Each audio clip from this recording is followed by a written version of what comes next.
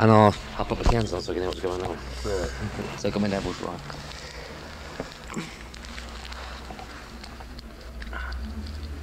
Because you were with, I remember seeing a programme with you about Eddie Cochran on, was it on BBC a while back? And you did that programme on trains, because you were on trains. That's right, yeah. Oops.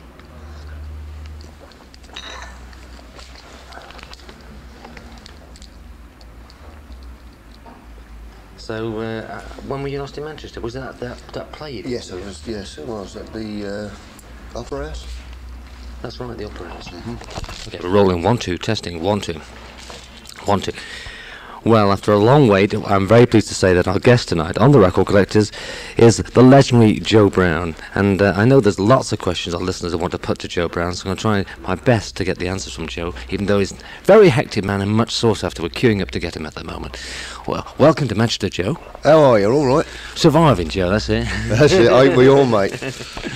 Now, well, some of the questions that our listener wants to know about is how you started off in the business, perhaps the pre-Jack Good era, and your associations with Eddie Cochran, the musical development of Joe Brown, and then moving on to the Larry Parnes era, and working with people like Eddie Cochran and learning some little tricks with the old guitar. How it came about, the Joe Brown story, in other words.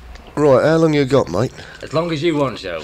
Well, basically, I started as a guitar player in a skiffle group, basically, and from then on I went doing sort of pubs and clubs around the East End of London.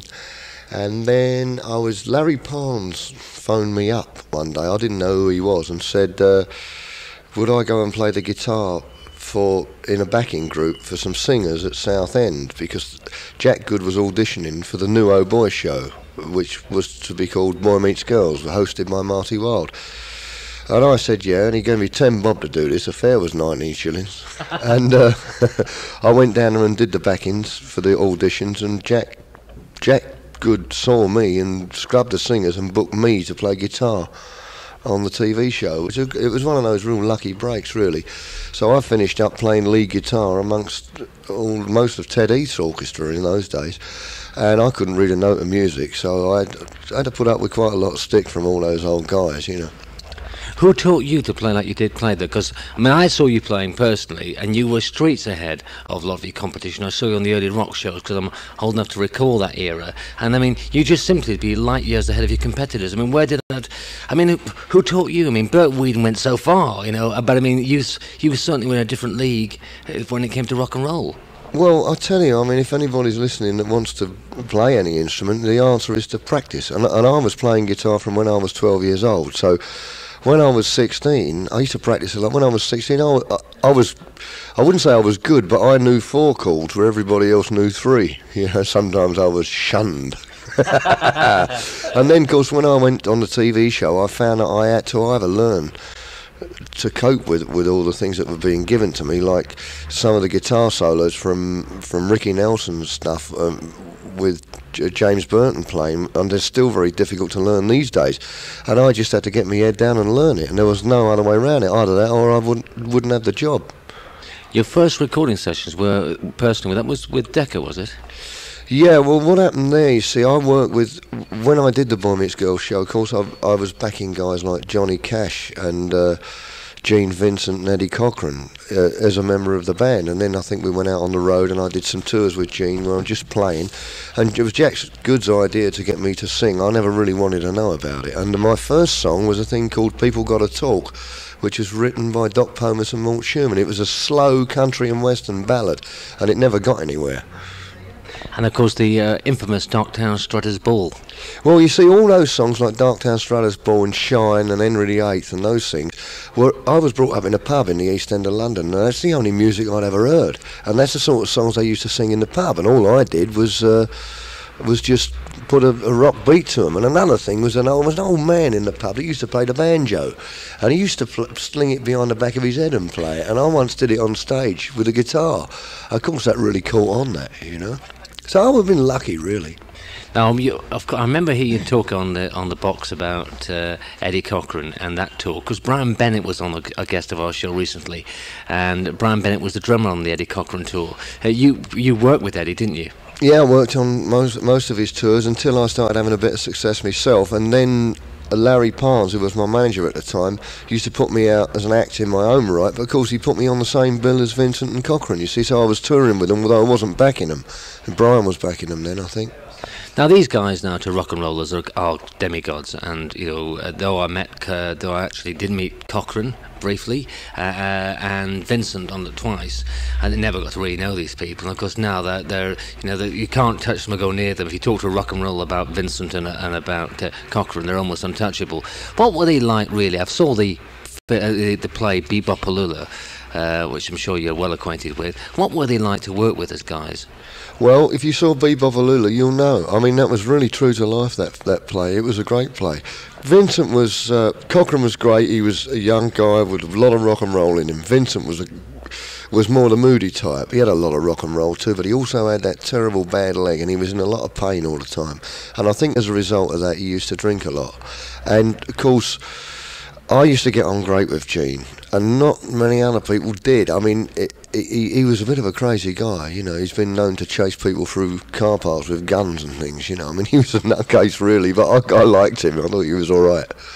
Now, the guitar playing, did you say that you occasionally, while you could bend the string, was that you had a little bit of help from Eddie on that? Well, we all caught that trick. It wasn't just me. Big Jim Sullivan caught that trick as well. And, of course, now everybody does it. And all it was simple. In those days, with guitar strings, we used to buy them in sets, you see. And you'd have a first, second, third, fourth, fifth and sixth. And the third string was a wound string. It's like steel wound with steel. And it's a heavy gauge, so you can't bend it. So all Eddie used to do was to buy two sets of strings and take the second string out of one set and put it on in place of the third string on the other set. Nowadays you go and buy them by gauges. I want to talk about when Joe Brown became a star in his own right, rather being a support to other great stars. I think at this point I'll play a picture of you, which of course is your big #1 hit from Pye Records, and here it is. And welcome back. We're talking to Joe Brown, without his brothers at the present time, on the Record Collectors programme on the BBC here. And I just want to move on a little bit, Joe. I remember the first time I saw you playing was, of course, you were top of the bill, and a little band from Liverpool were beneath you called the Beatles. Do you remember that period? Yeah, I mean, Brian Epstein used to book me he used to promote shows around the Liverpool area, and he used to book me to top the bill for him. Of course, he put the Beatles on to give them a bit of experience, you know, and they were good lads. They still are, actually.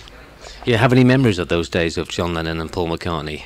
Not really. I mean, I used to talk quite a lot to Paul. John was great. He had a great wit, you know. And George was the quiet one, who I hardly ever spoke to. But George, of course, now is a very good friend of mine, and we get on great together. I mean, there's a lot of cruel stories of things that sort of John Lennon's supposed to have said. I mean, like the chauffeur joke, where he said to his chauffeur, he said, "I've got some good news for you. You know, if you turn this car around," and of course the guitar fell off the back of the vehicle. He said, "What's that?" He said, "You'd be hard again." You know, so he's very sort of, he said things as they were, John Lennon, didn't he? Can you got any little tidbits that come to mind of his wit, Joe? About the Beatles, no, not really, because, I mean, I didn't really know them that well in those days, because, I mean, I was the top in the bill and I had enough to worry about, you know. We just passed, you know, and said hello to one another, and I saw them after they'd made a lot of success. John used to go to a couple of clubs that I used to go to in the West End, Arochusas and places like that, and he always used to say hello, and we'd have a little chat, and a real nice man. Now, one of the things which you'll always be accredited for, wherever you talk to rockabilly artists or you talk to fans, is that your work on perhaps the most legendary 50s British album of them all, a little 10-inch platter on Decca, A Sound of Fury, which you put the licks on, and of course Ronald Wycherley, one Billy Fury, did the singing lead vocal on, and many people say it was the first, if only, true British composed, produced rockabilly album that was anywhere near, you know, the McCoy of the Sun stuff. Any memories from those sessions? I mean, I know they're laid down very quickly, but it's such an important one historically. I can remember that session very well, and I might tell you it was a session. You said those sessions. It wasn't those sessions. It was a session.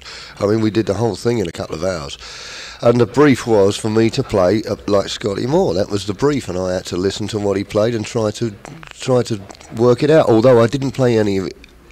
Well, I played a couple of his basic licks, but most of the licks were my own, which I'm thankful for in a way, because they were different. And since those days, I've learned that Scotty probably played with a thumb pick, or not a thumb pick, but played a bass line with his thumb, which I've since learned to do. But on that session, because we didn't have any guys that could play slap bass very well, like Bill Black, we used a stand-up bass. No, what was it? It was Bill Whale, I think, on bass, and we had two basses on it. We had electric bass and a stand-up bass. And we had Reg, you're testing my memory here. Reg, what was his name, on piano, and Andy White on drums. And we just went in and did the session, and we had 4 singers too.